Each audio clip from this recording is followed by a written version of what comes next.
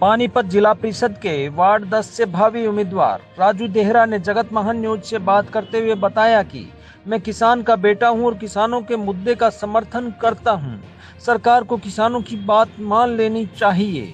राजू देहरा ने कहा कि मेरे द्वारा पहले भी जनता के बीच में रहकर सेवा की गई है। वह समय समय पर खेल प्रतियोगिताओं के माध्यम से युवाओं को प्रोत्साहित करना, महिलाओं को आत्मनिर्भर बनाने के लिए सिलाई सेंटर आदि में भी सहायता करना, जल भराव आदि समस्या में भी काफ़ी जगह अपने खर्चे पर समाधान करने के साथ साथ गौशालाओं में आर्थिक सहयोग करते रहे हैं। उन्होंने वार्ड नंबर 10 की जनता से अपील करते हुए कहा कि आपकी सभी परेशानियों को मैं अच्छी तरह समझता हूं। अगर आपने मौका दिया तो सभी परेशानियों को दूर करने का काम करूंगा। इस दौरान उन्होंने सभी प्रदेशवासियों को गणतंत्र दिवस की शुभकामनाएं भी दी। नमस्कार दोस्तों, जगत महान न्यूज़ की टीम आपको लगातार अलग अलग क्षेत्र के नेताओं से रूबरू करवाती आई है। आज हम पहुंचे हैं समालखा के जिला परिषद के वार्ड नंबर 10 में। हमारे साथ मौजूद है राजू देहरा। ये पहले भी चुनाव लड़ चुके हैं, लेकिन कुछ वोटों से रहने के बाद अब की बार दोबारा से फिर चुनाव लड़ने की तैयारी में हैं। आइए इनसे जानते हैं कि ये किस तरह से समाज की सेवा करना चाहते हैं और क्या अब तक समाज की सेवा करते रहे हैं। राजू जी, सबसे पहले आपका स्वागत है। नमस्कार जी। राजू जी, मैं जानना चाहता हूं कि आप अब तक जनता के बीच में रह के किस तरह की सेवा करते रहे, किस तरह के उनके जीवन में सहयोग करते रहे। बस सेवा मौका तो आगा होगा जी, बद के सेवा। जिस प्रकार से अगर हम देखते हैं कि नेता लोग जो है खेल के लड़कों को प्रेरित करते हैं, उनकी प्रतियोगिताओं में सहयोग करते हैं, या दूसरे किसी गरीब लड़की की सहायता करते हैं, या फिर किसी बच्चे को शिक्षा के क्षेत्र में आगे बढ़ने के लिए उसको आर्थिक सहयोग कर देते हैं, इस तरह का कोई कार्य आपने अपने क्षेत्र की जनता के लिए किया है? हाँ, करते हैं जी। क्या क्या किया है? भाई, बच्चे जो खेल कूद में भाग ले रहे हैं उनका सहयोग दें जी, इनाम भी बांटे हैं उनमें जी। भाई कोई सिलाई सेंटर हो जी। ईब कल अथवाड़ा गांव में था जी सिलाई सेंटर, वहाँ भी गए हमने, वहाँ भी मदद करी जैसी हमारे तो हुई जी।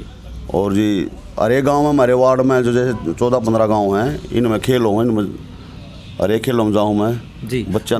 राजू जी, आपका राजनीति में आने के पीछे मकसद क्या रहा? समाज सेवा है या फिर आगे पहले पार्षद बनना या फिर आगे एमएलए की राह को तय करना है? ना जी, इतने बड़े तो कितने एमएलए पर अपना इसका पहले तो मेंबर बन जाओ जी।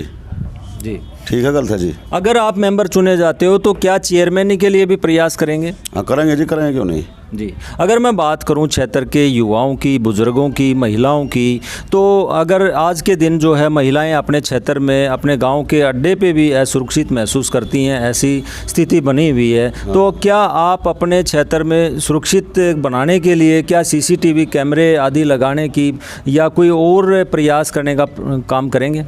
जितनी भी कमियां सब पूरी करेंगे जी। तो क्या आपके क्षेत्र में युवाओं के लिए खेलने के लिए कोई ऐसे स्टेडियम या कोई ग्राउंड आदि की व्यवस्था है, या फिर आप ऐसा सोचते हैं कि भी अगर आप चुने जाते हैं तो आप करवाएंगे? बिल्कुल करवाऊंगे जी। जो से गांव में स्टेडियम नहीं है वहाँ गांव में स्टेडियम भी करवाएंगे। भाई, लड़कियों के स्कूल हैं वो अलग करवाओगे, खेतों के कच्चे रास्ते वो भी पक्के करवाओगे, पानी की निकासी की भी बहुत बड़ी समस्या है वो भी करवाओगे जी। कुछ गाँव में गौशाला नहीं है वो भी करवाएंगे, खेतों के कच्चे हैं रास्ते हैं, पानी की निकासी है जी। एक दिन वहाँ रक्षेड़ा गाँव में जा रहे थे जी हम जी, सारा गांव परेशान था, गलियों में पानी भरा था, वो निकलवाया हमने जी। तो आप इस तरीके से कार्य करते रहते हैं, समाज की हेल्प करते रहते हैं। तो अगर मैं बात करूं बुज़ुर्गों की, बुज़ुर्गों के साथ आजकल ऐसी स्थिति बनी हुई है कि युवाओं के पास समय नहीं है उनको देने के लिए, तो वो अकेले एकाकीपन का शिकार हो गए हैं। तो क्या गांव में कोई ऐसी बैठने की जगह, कम्युनिटी हॉल टाइप या कुछ ऐसी जगह आप बनवाना चाहेंगे जहाँ पर वो आके बैठ सकें, बतिया सकें, अखबार पढ़ सकें, हुक्का गुड़गुड़ा सकें और अपने दुख सुख की बात आपस में साझा कर सकें? बिल्कुल करवाओगे जी, वृद्धाश्रम बनवाएंगे जी।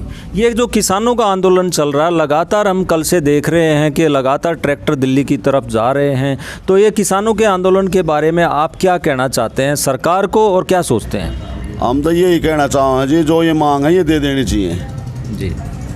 यही सरकार के हाथ में है, नवा मोल लेनी है कुछ जी। गलत है जी। जी जी। जमींदार इतना परेशान है, ये देखो ना, जमींदार बगैर क्या है बताओ जी जी। जमींदार के साथ तो ये मानो आप 36 बरादरी मिलजुल कर रही है जी जी जी। मानो बात ना, क्यों हमने उनकी जरूरत जमींदार ने, उन हमारी जरूरत, हमने उनकी जरूरत है जी तो मैं यानी इसलिए कि आप जमींदारों के किसानों के इस मुद्दे पर उनका समर्थन करते हैं। हाँ बिल्कुल करते हैं जी। जी अपने वार्ड नंबर 10 की जनता को आने वाले चुनाव के लिए क्या संदेश देना चाहेंगे, क्या कहना चाहेंगे? आने वाले समय दिया है जी, इस लायक करो, हमने सेवा करेंगे जी, बढ़िया 36 बरादरी करेंगे जी, और गरीबों की तो बहुत ज़्यादा करेंगे जी ये गणतंत्र दिवस कल है, तो ये हमारे देश का एक ऐसा संविधान है जिसके बल पे हमारा सिस्टम चलता है देश का। ये कल हम मना रहे हैं इसको बड़े धूमधाम से। तो आप अपने वार्ड की जनता को, प्रदेश की जनता को क्या इसके बारे में शुभकामनाएं देना चाहेंगे हमारे चैनल के माध्यम से? गणतंत्र दिवस की अपने प्रदेशवासियों, वार्ड नंबर 10 को सभी को गणतंत्र दिवस की शुभकामनाएं अपनी तरफ से देता हूँ।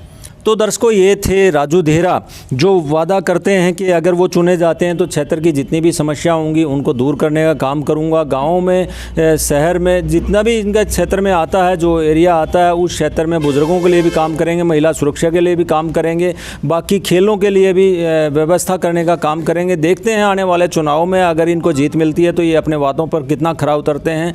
जगत महान न्यूज़ से तेजवीर सिंह, वार्ड नंबर 10, जिला परिषद पानीपत। नमस्कार।